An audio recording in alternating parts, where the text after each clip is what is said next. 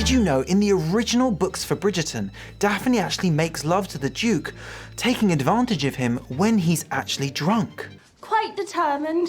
This actually raised the questions of rape within the novels. Heaven forbid a kiss would banish any young lady from society in a trail of ruin.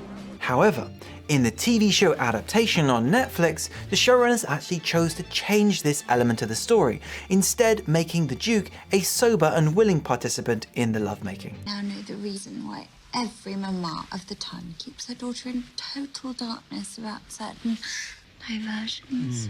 This change from the original text wasn't just welcomed by the cast and crew, but I believe also helps the show focus on its fantastic story and core issues of gender equality in that era.